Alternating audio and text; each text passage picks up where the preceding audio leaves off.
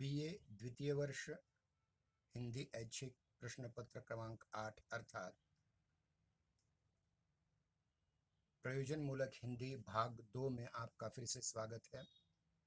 मैंने इससे पूर्व कहा था आपसे कि हर तासिका में हम अपने छात्रों के नाम पुकारेंगे, इसलिए कि आपको भी पता हो जाए और ये जो वीडियो बाद में देखेंगे जो नहीं आए उनको भी पता चलेगा। तो देखिए, इनमें पहला नाम है सुश्री महादेवी बंकट हुबाले, जो बीच बीच में आती हैं। श्री गजानन कोंडीबा खोखले, श्री ज्ञानेश्वर बाबूराव खुड़े, श्री रामकृष्ण दत्ता बोटेकर, श्री आदिनाथ विश्वनाथ खोखले, श्री आकाश पिराजी ढोले, श्री प्रहलाद आत्माराम कुरडे, श्री शिवकुमार रामू डवरे, श्री आकाश दीपक बोरकर, श्री अरमान अली करीम शेख, सुश्री अवंती आनंद जानराव, सुश्री सविता गजानन वानोळे, सुश्री सोनाली दत्तू कसबे, सुश्री धनश्री धनाजी धामने आप, सुश्री मगर प्रतीक्षा अरविंद, सुश्री स्नेहा मंगेश पाटिल, सुश्री मीनाक्षी अप्पा साहेब माने, श्री ज्ञानेश्वर रामू पोपसे और अंतिम 19वीं छात्रा हैं सुश्री सपना सदाशिव खोखले। तो इसका हर तासिका में हम नाम का उच्चारण करेंगे और ये लिस्ट मैंने ये जो सूची है दोनों ग्रुप पर डाल दी है। अब आपको हमारे पाठ्यक्रम की ओर जाना है। ध्यान रहे, हमारे पाठ्यक्रम के 2 महत्वपूर्ण भाग हमने पूर्ण कर लिए हैं। मैं फिर से कह रहा हूँ, देखिए कि पारिभाषिक शब्दावली का भाग जो बहुत बड़ा था वो भी हमने पूर्ण कर लिया है और उसके उपरांत राजभाषा हिंदी का भी भाग बहुत पूर्ण कर लिया है। गत गुरुवार को हमने एक प्रकार से किस किस काल में कौन कौन सी राजभाषा थी और राजभाषा हिंदी का संक्षिप्त इतिहास भी आपके सम्मुख प्रस्तुत किया है और इसमें अंग्रेजों का, खास करके फ्रेडरिक पिंकॉट का योगदान हमने आपके सम्मुख रखने का प्रयास किया है। अब हमारे पाठ्यक्रम का जो तीसरा भाग है वह है प्रयोजन मूलक हिंदी। प्रयोजन मूलक हिंदी क्या है, इस पर हम थोड़ी सी चर्चा आपके सम्मुख करने का प्रयास करेंगे। देखिए, प्रयोजन मूलक हिंदी वह हिंदी होती है जिसमें कार्यालयीन कामकाज या अन्य कामकाज जो साहित्य से, शिक्षा से अन्य कामों का उसमें समावेश होता है। जैसे कार्यालयीन काम होते हैं, जैसे अलग अलग पद्धति से हमारे सामने काम आते हैं। बैंकिंग क्षेत्र का काम होता है, कार्यालयीन क्षेत्र का काम होता है, हर क्षेत्र में बीमा के क्षेत्र का काम होता है, LIC का काम होता है, बैंकिंग का कार्य होता है, वित्त वाणिज्य संबंधी कार्य होता है, अनुवाद का कार्य होता है। ये सब कुछ प्रयोजन मूलक भाषा के अंतर्गत आता है। तो आज हम प्रयोजन मूलक हिंदी क्या है, प्रयोजन मूलक भाषा क्या है, इस पर विस्तार से चर्चा करेंगे। ठीक है, आप सुनिए और इसकी PPT भी, PDF भी डाल दी जाएगी। और एक बात महत्वपूर्ण मैं कहना भूल गया कि प्रत्येक की गूगल क्लासरूम भी तैयार की है। मतलब BA प्रथम वर्ष हो, BA द्वितीय वर्ष हो, ऐच्छिक हो, द्वितीय भाषा हो, BA तृतीय वर्ष, सबकी हमने एक एक गूगल क्लासरूम बनाई हुई है और इस गूगल क्लासरूम के माध्यम से भी हमारी जो हर रोज की लिंक होती है गूगल मीट की, वो हमेशा के लिए सुरक्षित रहेगी। होता ये था कि व्हाट्सएप पर जब हम लिंक भेज रहे हैं वो 1-2 दिन में हमसे डिलीट हो जाती थी, आपसे डिलीट हो जाती थी, उसका कोई रिकॉर्ड हमारे पास नहीं था। तो अब से हमने ये आरंभ किया है कि गूगल मीट पर जो भी लिंक हम जिस लिंक से हम गूगल मीट की ये आभासी तासिका लेंगे उसकी लिंक भी गूगल क्लासरूम पर हमेशा के लिए बनी रहे ताकि वो हमारा रिकॉर्ड चलता रहे। तो देखते हैं कि हम प्रयोजन मूलक हिंदी उससे क्या तात्पर्य है। हालांकि ये भाग तीसरे सत्र में ही होना था, लेकिन तीसरे सत्र में छात्रों ने तासिकाएं की नहीं। जैसे आज भी बहुत अच्छा रिस्पांस नहीं है, वैसे उस दिन भी था, उस बार भी था।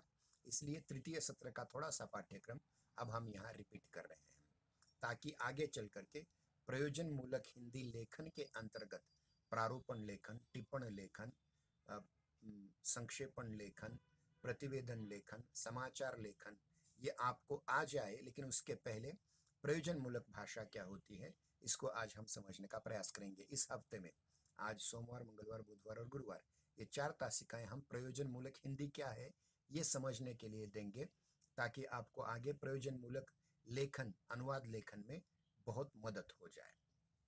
तो देखिए, प्रयोजन मूलक भाषा से तात्पर्य क्या है, ये पहले हम समझें। देखिए, भाषा मानव जीवन की एक अनिवार्य सामाजिक वस्तु है। भाषा के बिना हमारा कोई व्यवहार नहीं हो सकता। किसी भाषा का उद्भव, विकास और अंत मानवीय समाज के भाषाई प्रयोजनों की ही परिणति होता है। मतलब देखिए, कोई भाषा निर्माण हुई, उसका विकास हुआ और वह समाप्त हो गई। जैसे मैं उदाहरण देता हूँ ग्रीक भाषा का। ग्रीक भाषा, जिसको हम बहुत प्राचीन काल की भाषा मानते हैं, ग्रीस देश की एथेंस जिसकी राजधानी है, वह एक समय में निर्माण हुई, उसका विकास होता गया।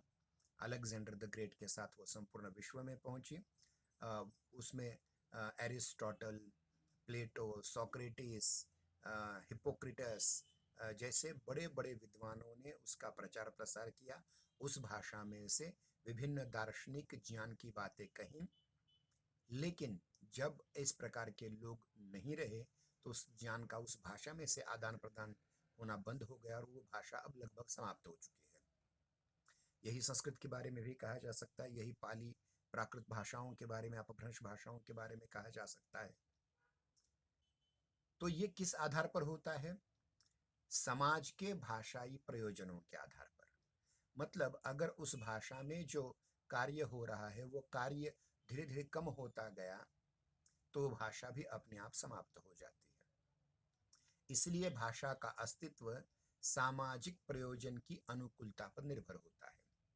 अगर समझे, इस समय मैं हिंदी में बात कर रहा हूँ, मैंने जो कुछ करना है हिंदी में करने की जगह किसी अन्य भाषा का सहारा कर लेने का प्रयास करूंगा तो जितनी हिंदी मुझे आती है वो भी बंद होगी, वो समाप्त हो जाएगी। मेरी दृष्टि से मैं उसमें ठीक ढंग से व्यवहार नहीं कर पाऊंगा, ध्वनियों का उच्चारण नहीं कर पाऊंगा, व्याकरणिक कोटियां उसमें कह नहीं पाऊंगा, पढ़ा नहीं पाऊंगा, पढ़ नहीं पाऊंगा। इसलिए मेरे प्रयोजन जो हो हिंदी में होने चाहिए, ताकि वो हिंदी भाषा भी जीवित रहे और मैं भी उस प्रयोजनों में सामाजिक प्रकार्य करता रहूं। मानव को सामाजिक जीवन के विभिन्न प्रयोजनों को संप्रेषित करने के लिए ही भाषा का उदय और विकास होता है। अगर वह जो भाषा, ध्यान रखिए, एक जमाने में एक भाषा लोगों के बहुत प्रयोजनों की दैनंदिन कामकाज की भाषा थी, परंतु अगर वह भाषा आज के दैनंदिन कामकाज की नहीं रह जाती है तो उसको उसकी समाप्ति हो जाती है, वो खत्म हो जाती है। जैसे ग्रीक लैंग्वेज समाप्त हो गई, जैसे अरबी लगभग समाप्त हो गई, लैटिन भाषा समाप्त हो गई, रोमन लिपि के द्वारा अंग्रेजी चल रही है, वो इस समय चल रही है, लेकिन उसको जन्म देने वाली जो पुरानी भाषाएं हैं वो लगभग नष्ट हो चुकी हैं। आज भारत में भी हजारों भाषाएं नष्ट होने लगी हैं क्योंकि उनका प्रयोग नहीं हो रहा है। जीवित भाषा वो होती है जिसका प्रयोग हो, जिसका प्रयोजन हो। अगर वो नहीं हो रहा है तो समाप्त होगी। भाषा दो मुख्य आयामों में काम करती है, एक सौंदर्य परक आयाम में और दूसरा प्रयोजन परक आयाम में। सौंदर्य परक आयाम में मतलब आप जो गीत गाते हैं, आप जो कविता रचते हैं, आप जो कविता पढ़ते हैं, आप उपन्यास, कहानी,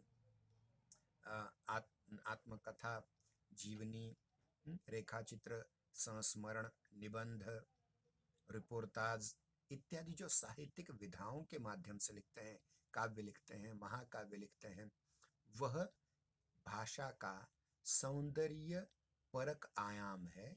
लेकिन जो आप दैनंदिन जीवन में पत्र लिखते हैं, आप बैंक में जाकर के कुछ लिखते हैं, आप हर रोज की डायरी लिखते हैं, आप दैनंदिन जीवन में जिस किसी भी कार्यालय में जाकर के जिस भाषा का प्रयोग करते हैं वो होती है प्रयोजन मूलक भाषा। मतलब प्रत्येक भाषा के दो आयाम होते हैं, एक सौंदर्य परक और दूसरा प्रयोजन परक। मानव की सौंदर्यपरक अनुभूतियों के आलंबन के रूप में ही भाषा सृजनात्मक होती है, जिसका विकास साहित्य की भाषा के रूप में होता है। यह भाषा कविता, कहानी, उपन्यास, नाटक, एकांकी, आत्मकथा, संस्मरण, जीवनी, रेखाचित्र, निबंध, साहित्यिक निबंध इत्यादि रूप में हमारे सामने उपस्थित होती हैं, उभर करके आती हैं। इसके साथ ही वह देश विदेश अथवा क्षेत्र विशेष के सामाजिक, सांस्कृतिक और धार्मिक मूल्यों को अपने भीतर समेटे होती है, जो सौंदर्यपरक भाषा होती है। परंतु भाषा के प्रयोजनपरक आयाम की अगर हम देखते हैं तो उसका संबंध हमारी सामाजिक आवश्यकताओं से होता है। मतलब हमारी नौकरी की जो भाषा है वो हमारी प्रयोजनमूलक भाषा है, और हमारे साहित्य की जो भाषा है, संस्कृति की जो भाषा है, वो सौंदर्यपरक भाषा है। इसको आपको समझना पड़ेगा। भाषा के प्रयोजनपरक आयाम का संबंध हमारी सामाजिक आवश्यकताओं को होती है। मतलब प्रयोजनमूलक भाषा पेट की भाषा है और सौंदर्यपरक भाषा हमारे हृदय की भाषा है। इस बात को ध्यान में रखें। और ये जो हमारी सामाजिक आवश्यकताओं और हमारे जीवन की उस व्यवस्था से हमारे प्रयोजनमूलक भाषा के आयाम का संबंध होता है, जो व्यक्ति परक न होकर के समाज सापेक्ष होता है। ध्यान रखिए, आप सौंदर्य की अनुभूति, मतलब आप एक उपन्यास पढ़ते हंस रहे हैं तो यह आपका व्यक्तिगत सौंदर्य पर दृष्टिकोण हुआ। लेकिन अगर आप किसी अध्यापक से बात करते हैं, किसी क्लर्क से बात करते हैं, किसी प्राचार्य से बात करते हैं, या समाज के जितने भी नगर सेवक से बात करते हैं, आमदार खासदार से बात करते हैं, या समाज के किसी भी निम्न से निम्न तबके, मतलब एक झाड़ूआ बुहार वाले से लेकर के एक राष्ट्रपति तक अगर आप बात करें, इनसे जो बात करते हैं तो प्रयोजनमूलक होगी, क्योंकि उससे आपका लेना देना है, आपका काम है। भाषा के इस प्रकार्यात्मक आयाम का प्रयोग किसी प्रयोजन विशेष अथवा क्षेत्र कार्य के संदर्भ में ही होता है।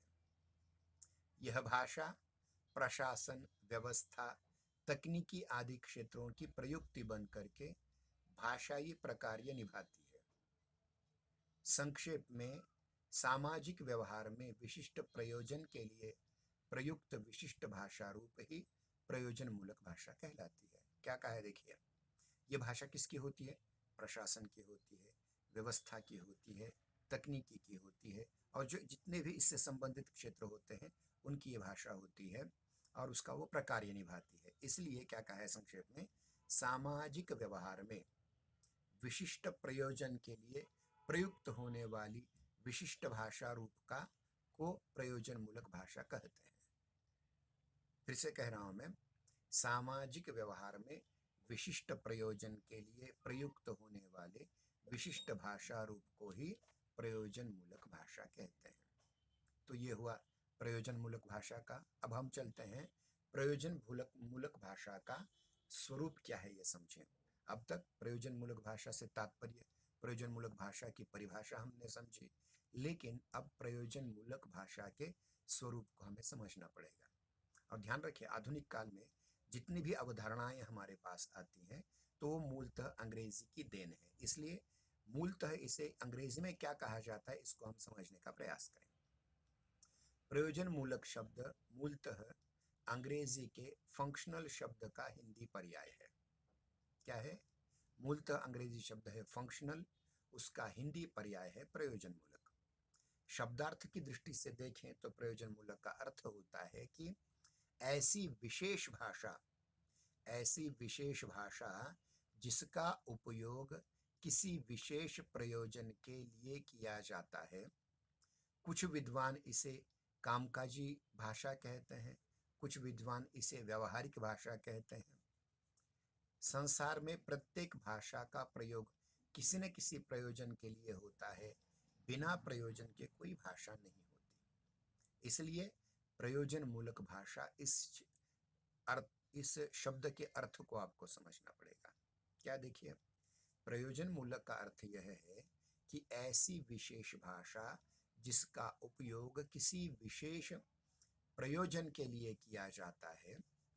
कुछ विद्वान इसे कामकाजी भाषा कहते हैं अथवा व्यावहारिक भाषा कहते हैं, लेकिन ध्यान रहे कि संसार में प्रत्येक भाषा का प्रयोग किसी न किसी प्रयोजन के लिए होता है। बिना प्रयोजन के कोई भाषा नहीं होती। प्रयोजन मूलक हिंदी में प्रयुक्त प्रयोजन शब्द का शब्दकोशगत मतलब डिक्शनरी अर्थ यह है उद्देश्य। प्रयोजन का अर्थ क्या होता है? उद्देश्य। मतलब मैं किसी उद्देश्य से आपको पढ़ाता हूं, आप किसी उद्देश्य से पढ़ते हैं। देखिए, आपने कल एक शंका उपस्थित की थी कि परीक्षा के बारे में, स्कॉलरशिप के बारे में आपको हमने जानकारी नहीं दी। अब उसकी एक व्यवस्था है, ध्यान रखिए। मेरी और जितने गांव हैं, जिसमें एक गांव है येवती, मेंढा, ये 2-4 गांव मेरे अंडर है। आपका जो गांव है वो किसी अध्यापक के अंतर्गत होगा।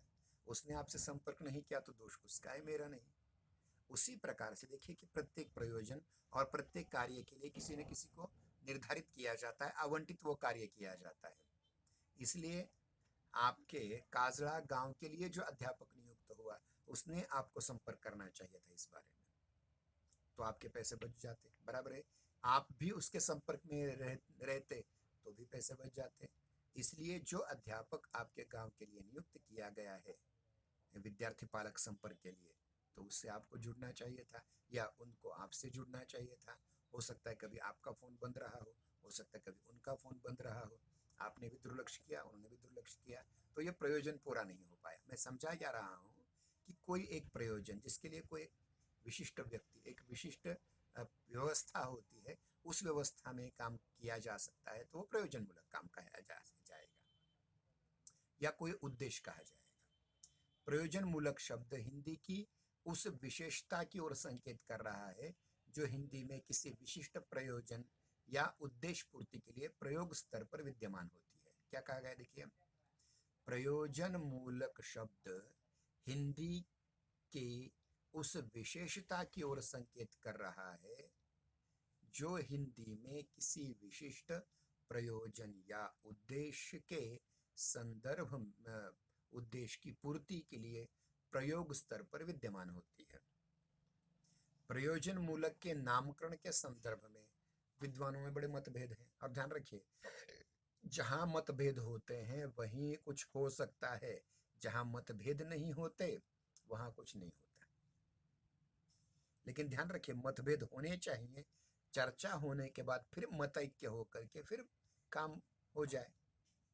कुछ लोग मतभेद में ही अपनी पूरी जिंदगी गुजारते हैं, यह भी गलत है।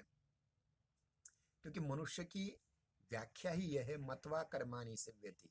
जो मनन करके, अपने मत प्रदर्शित करके, मतभेद करके, अपने मतों का समर्थन करके दूसरे मतों का खंडन करके आगे बढ़ जाए, वही तो मनुष्य है। वरना मनुष्य में और पशुओं में भेद क्या रहा? तो प्रयोजन मूलक हिंदी का जो नामकरण हुआ है उसके बारे में अनेक विद्वानों ने अनेक मतभेद है। इसलिए कुछ लोगों ने अलग अलग से नाम यहाँ स्वीकार किए हैं, जैसे फंक्शनल हिंदी, जैसे फंक्शनल लैंग्वेज के आधार पर फंक्शनल हिंदी कुछ लोगों ने कहा, कुछ लोगों ने कामकाजी हिंदी कहा, कुछ लोगों ने कहा कार्मिकी हिंदी से कहा, कुछ लोगों ने व्यावहारिक हिंदी कहा, कुछ लोगों ने इसे व्यावसायिक हिंदी कहा। लेकिन इन सभी नामों में सर्वसम्मति से प्रयोजन मूलक हिंदी यह नाम सुनिश्चित किया है। अब हम कामकाजी हिंदी शब्द का प्रयोग नहीं करेंगे, अब हम फंक्शनल हिंदी शब्द का प्रयोग नहीं करेंगे, अब हम कार्मिकी हिंदी का प्रयोग नहीं करेंगे, अब हम व्यावहारिक हिंदी शब्द का प्रयोग नहीं करेंगे, अब हम व्यावसायिक हिंदी शब्द का प्रयोग नहीं करेंगे। अब से प्रयोजन मूलक हिंदी इसी पदबंध का हम प्रयोग करेंगे, क्योंकि अनेक विद्वानों ने इस पर विचार करते हुए ये छठा जो नाम है उसको सुनिश्चित किया है। कुछ विद्वानों ने इसे फंक्शनल हिंदी कहा, अर्थात इन विद्वानों ने अंग्रेजी फंक्शनल शब्द का यथावत स्वीकार किया। कुछ विद्वानों ने इसे कामकाजी कहना उपयुक्त समझते हैं। डॉक्टर शंकर क्षेम और कंचन शर्मा ने इसे कार्मिकी हिंदी या हिंदी कार्मिकी के नाम से संबोधित किया। इनके अनुसार हिंदी कार्मिकी का आधार कर्म विज्ञान है, जिसको हम कार्यालयीन कर्म विज्ञान कहते हैं। इसमें पत्रकारिता, अनुवाद, कंप्यूटर प्रोग्रामिंग जैसे अनेक विषय समाहित हो जाते हैं, इसलिए कार्मिकी शब्द का उन्होंने समर्थन किया। डॉक्टर राम प्रसन्न नायक जैसे विद्वानों ने इसे व्यवहारिक हिंदी कहा है। उनके कहने के अनुसार प्रयोजन मूलक शब्द ऐसा है कि कोई ऐसे भी हिंदी है जिसे निष्प्रयोजन कहा जा सके, इसलिए व्यवहारिक शब्द उचित है, ऐसा कुछ लोगों ने कहा है। डॉक्टर नगेंद्र और ब्रजेश्वर नाथ शर्मा ने प्रयोजन मूलक नाम को सांकेतिक अर्थगर्भित और उचित बताया, इसलिए डॉक्टर नगेंद्र और डॉक्टर ब्रजेश्वर शर्मा ने जो सुनिश्चित नाम किया हुआ है वही प्रयोग में आता है, उसी का प्रयोग आजकल किया जाता है। तो ये हुई बातें नाम के बारे में। मोटूरी सत्यनारायण जो आंध्र प्रदेश के बहुत बड़े हिंदी विद्वान थे, उन्होंने प्रयोजन मूलक हिंदी के लिए सबसे बड़ा काम किया है, इसलिए उन्हें प्रयोजन मूलक हिंदी का जनक माना जाता है। उन्होंने प्रयोजन मूलक इस नाम का समर्थन किया है, प्रयोग किया है। उनका कथन यह है कि जीवन की आवश्यकताओं की पूर्ति के लिए उपयोग में ली जाने वाली हिंदी ही प्रयोजन मूलक हिंदी है, जो जीवन के लिए बहुत महत्वपूर्ण है। मतलब जीवन की जितनी भी आवश्यकताएं हैं, जो पेट से जुड़ी हुई हैं, जो आजीविका से जुड़ी है, जो कार्यालय से जुड़ी हुई है, जो बैंक से जुड़ी हुई है, जो प्रेस से जुड़ी हुई है, जो पत्रकारिता से जुड़ी हुई है, जो LIC से जुड़ी हुई है, ये सारी जहाँ जहाँ हिंदी प्रयुक्त होती है उसको हम प्रयोजन मूलक हिंदी कहते हैं, ऐसा मोटूरी सत्यनारायण राव ने कहा है। आप ये जानते हैं कि व्यावहारिक हिंदी में हिंदी के व्यावहारिक व्याकरण को पर्याप्त स्थान मिला, परंतु फंक्शनल हिंदी में केवल व्यावहारिक व्याकरण ही नहीं है, अपितु 21वीं शताब्दी के उदारवादी बहुराष्ट्रीय परिवार के कामकाज में आने वाली भारतीय भाषा का स्वरूप भी है। इसलिए ये जानना बहुत जरूरी है कि प्रयोजन मूलक या फंक्शनल कितना बड़ा व्यापक शब्द है, जिसके अंतर्गत क्या क्या आते हैं कि ये जो 1991 के बाद जो उदारीकरण का वातावरण आया आर्थिक रूप में, जो खासगीकरण या निजीकरण का वातावरण आया, जो यूं कहेंगे कि वैश्वीकरण का वातावरण आ गया, जिसको हम ग्लोबलाइजेशन कहते हैं, प्राइवेटाइजेशन कहते हैं, या उदारवादी लिबरलाइजेशन की बात हम करते हैं, वो उन सबको बहुराष्ट्रीय परिवार। अब देखिए, राष्ट्र की सीमाएं बहुत बहुत बहुत धूसर हो चुकी हैं।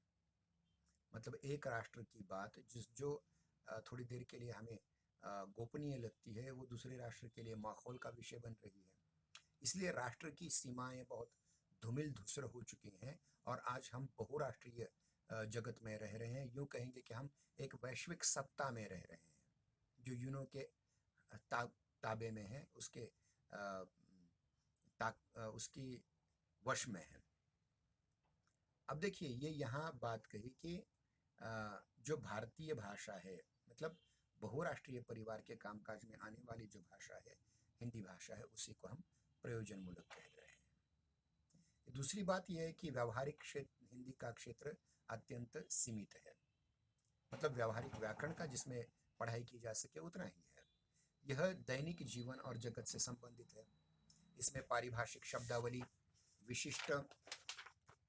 विशिष्ट पद विन्यास और विज्ञान एवं प्रौद्योगिकी को अभिव्यक्त करने की क्षमता स्पष्टतः नहीं है। व्यावहारिक हिंदी में हमारे जीवन के दैनिक कामकाज को तो हम उसमें व्याकरणिक बातों को तो हम ले सकते हैं, इसमें विज्ञान और प्रौद्योगिकी जो इस समय वैश्वीकरण के माध्यम से हर क्षण फैल रही है, उसको रखना बहुत कठिन है। इसलिए इसे व्यावहारिक हिंदी न कहा जाए, इसलिए प्रयोजन मूलक हिंदी कहा जाए, जिसमें प्रयोजन मूलक हिंदी में यह क्षमता है कि उसमें पारिभाषिक शब्दावली, भाषिक संरचना एवं अनुप्रयुक्तता के साथ साथ आधुनिक ज्ञान विज्ञान के सभी क्षेत्रों को रूपायित करने की क्षमता दृष्टिगोचर होती है। अतएव हिंदी के प्रयोजन मूलक रूप को व्यावहारिक कहना उसके प्रयोग क्षेत्र को और व्याप्ति को संकुचित अर्थ में ग्रहण करने जैसा है। इसलिए प्रयोजन मूलक हिंदी यही शब्द हम अब स्वीकार करेंगे।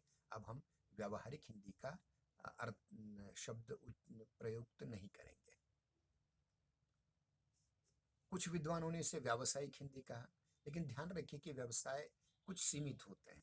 अब देखिए, बैंक में व्यावसायिक हिंदी है जिसको हम कमर्शियल हिंदी कह सकते हैं, वित्त वाणिज्य की समस्त, लेकिन वित्त वाणिज्य के अलावा भी बहुत सारे अन्य क्षेत्र हैं जहां अनेक प्रयोजन होते हैं। इसलिए केवल व्यावसायिक हिंदी कहना ये भी गलत है। मतलब वह केवल जो सामान्य व्यवहार की भाषा है वो व्यावसायिक नहीं होगी। और व्यवसाय के भी अलावा बहुत सारे क्षेत्र हैं जहां अलग अलग प्रयोजनों को हम हर रोज अपनी उपजीविका के माध्यम से देखते हैं। इसलिए व्यावसायिक शब्द भी ठीक नहीं है। और एक शब्द था कामकाजी हिंदी। इससे प्रशासन, व्यापार, खेती बाड़ी आदि सीमित क्षेत्र की भाषा का बोध हो सकता था, परंतु वैज्ञानिक, तकनीकी, सामाजिक, अनुसंधानात्मक आदि भाषा के व्यापक क्षेत्र में इससे इससे अछूते रह जाते थे। इसलिए कामकाजी हिंदी यह शब्द भी हमने स्वीकार नहीं किया। इसलिए व्यावसायिक हिंदी, कामकाजी हिंदी, व्यावसायिक हिंदी, व्यापारिक हिंदी, व्यवहारिक हिंदी, ये सारे शब्द हमने छोड़ दिए और उससे ज़्यादा हमने जो सबसे समीचीन नाम है, समीचीन मतलब श्रेष्ठ नाम है, योग्य नाम है, उचित नाम है, उस प्रयोजन मूलक हिंदी शब्द का ही हमने स्वीकार किया है। प्रयोजन मूलक हिंदी के उपरोक्त नामकरण को देखते हुए कहा जा सकता है कि उपरोक्त नामों में से प्रयोजन मूलक हिंदी शब्द ही, ये जो पदबंध है, वह सबसे अधिक सार्थक, सटीक और उपयुक्त है। इसलिए सभी विद्वानों ने अब अपने मतभेदों को अलग रख करके डॉक्टर नगेंद्र जी की तरह, डॉक्टर सत्यनारायण मोटूरी सत्यनारायण राव की तरह प्रयोजन मूलक हिंदी इसी पदबंध को स्वीकार कर लिया है और ये बहुत जरूरी भी है। प्रयोजन मूलक शब्द में प्रयोजन शब्द है। प्रयोजन मूलक शब्द में दो शब्द हैं, प्रयोजन और मूलक। प्रयोजन और मूलक मतलब प्रयोजन शब्द में मूलक प्रत्यय लगाने से प्रयोजन मूलक यह शब्द बना हुआ है। प्रयोजन से तात्पर्य है उद्देश्य और मूलक से तात्पर्य है आधारित, मतलब उद्देश्य के आधार पर, प्रयोजन के आधार पर बनी हुई भाषा प्रयोजन मूलक भाषा। अतः प्रयोजन मूलक से यहाँ अभिप्राय यह होता है किसी विशिष्ट उद्देश्य पर आधारित भाषा। दूसरे शब्दों में इसे यूं भी कहा जा सकता है कि यह एक ऐसी भाषा है जिसका प्रयोग किसी विशिष्ट प्रयोजन या उद्देश्य के लिए किया जाता हो। क्या कह रहे, देखिए, यह एक ऐसी भाषा है, यह एक ऐसी भाषा है जिसका प्रयोग किसी विशिष्ट प्रयोजन या उद्देश्य के लिए किया जा रहा हो। भारत में हिंदी साहित्य की सभी विधाओं के लिए, हिंदी भाषा जो है साहित्य की सभी विधाओं के लिए प्रयुक्त की जाती है। साहित्य के अतिरिक्त प्रयोजन मूलक हिंदी की आवश्यकता उन दिनों महसूस हुई, अनुभव की गई जब हिंदी को राजभाषा का पद आसीन किया। मतलब इसके पहले हमने राजभाषा के रूप में हिंदी के बारे में बहुत सी बातें, लगभग 8-9 तासिकाएं हमने इस पर खर्च की थी। उसके अंतर्गत ये हमें लगा कि प्रयोजन मूलक भाषा की आवश्यकता तब ज्यादा महसूस हुई जब हमने हिंदी को राजभाषा, कार्यालयीन भाषा, ऑफिशियल लैंग्वेज संविधान में हमने स्वीकार कर लिया। उन दिनों विश्व में विज्ञान तथा प्रौद्योगिकी के तेजी से फैले प्रसार के साथ भारत में भी एक नवीनतम ज्ञान, विज्ञान और टेक्नोलॉजी की आंधी उमड़ पड़ी थी। एक प्रकार की क्रांति हो चुकी थी। भारत में 20वीं सदी में विज्ञान और टेक्नोलॉजी के प्रस्फुटन से, इस विस्फोट के कारण इनकी अभिव्यक्ति के माध्यम के रूप में हिंदी को सर्वथा नवीनतम रूप में ढालने की विशेष आवश्यकता महसूस की गई थी। वह एक ऐसा रूप था जो विज्ञान तथा टेक्नोलॉजी के गुणसूत्रों, सिद्धांतों, नवीनतम प्रयोगों, विधियों आदि को भाषिक संरचना में तर्क संगत वैज्ञानिक रूप में यथास्थिति अभिव्यक्ति प्रदान कर सके। यद्यपि संस्कृत से अनेक प्रयोजन मूलक क्षेत्र हमें मिलते थे, जैसे न्याय, दर्शन, तर्कशास्त्र, चिकित्सा शास्त्र जिसको आयुर्वेद कहा जाता है, मनोविज्ञान, गणित, ज्योतिष, नाट्यशास्त्र, साहित्य शास्त्र, अन्य सामाजिक शास्त्र, अर्थशास्त्र, राज्यशास्त्र या ज्ञान विज्ञान के जितने भी क्षेत्रों की चिंतन मनन की परंपरा को हिंदी के माध्यम से प्रस्तुत करना सहज संभव था। तथापि जो विज्ञान के नए क्षेत्र हैं। टेक्नोलॉजी है, प्रौद्योगिकी है, भौतिक शास्त्र है, रसायन शास्त्र है, कंप्यूटर इंजीनियरिंग है जिसको हम संगणक अभियांत्रिकी कहते हैं, अंतरिक्ष विज्ञान जिसको स्पेस साइंस कहा जाता है, इलेक्ट्रॉनिक्स, दूरसंचार जैसे माध्यम, अलग अलग जो विज्ञान के नए नए क्षेत्र हमारे सामने प्रयुक्त हुए हैं, उसके लिए हमें नए शब्द गढ़ने की आवश्यकता पड़ी थी। इसलिए पारिभाषिक शब्दों का हमने निर्माण किया और उससे जो बनी भाषा उसको हमने प्रयोजनमूलक भाषा कहा, प्रयोजनमूलक हिंदी कहा। और देखिए कि इससे जो संबंधित पारिभाषिक या प्रयोजनमूलक शब्दावली के निर्माण और प्रयोग की आवश्यकता थी, उसमें हिंदी प्रेमियों को उद्वेलित कर दिया और उसके साथ साथ ही प्रशासन, विधि या कायदा, वाणिज्य, व्यवसाय, दूरसंचार, पत्रकारिता, पाश्चात्य प्रणाली पर आधारित खेलकूद आदि से संबंधित पारिभाषिक शब्दावली, पदावली, संकल्पना, अवधारणा, प्रयुक्ति शैली तथा अनुवाद के पुनः स्थापन, पुनः नियोजन और पुनर्गठन हिंदी भाषा के साथ महत्वपूर्ण आवश्यकता बनकर के उभरने के कारण नए सिरे से हिंदी को विशिष्ट प्रयुक्तिपरक सांचे में ढालने का कार्य करना अपरिहार्य हो गया था। राष्ट्र की जनता को जीवनचर्या में उन्नयन तथा विश्व के विकसित देशों के साथ कदम से कदम मिलाकर के आगे चलने की आवश्यकता ने प्रयोजनमूलक हिंदी के स्वरूप को उभारने के साथ साथ उसके प्रयोग क्षेत्र में भी विस्तार किया है और ये विस्तार अत्यंत महत्वपूर्ण है और यही प्रयोजनमूलक हिंदी है। अगर आप समय पर आए होते तो और कुछ लिया जा सकता था। कल से समय पर उपस्थित होना, बराबर 9:20 पर। तब तक के लिए हम आपसे विदा चाहेंगे। जय हिंदी, जय नागरिक। धन्यवाद।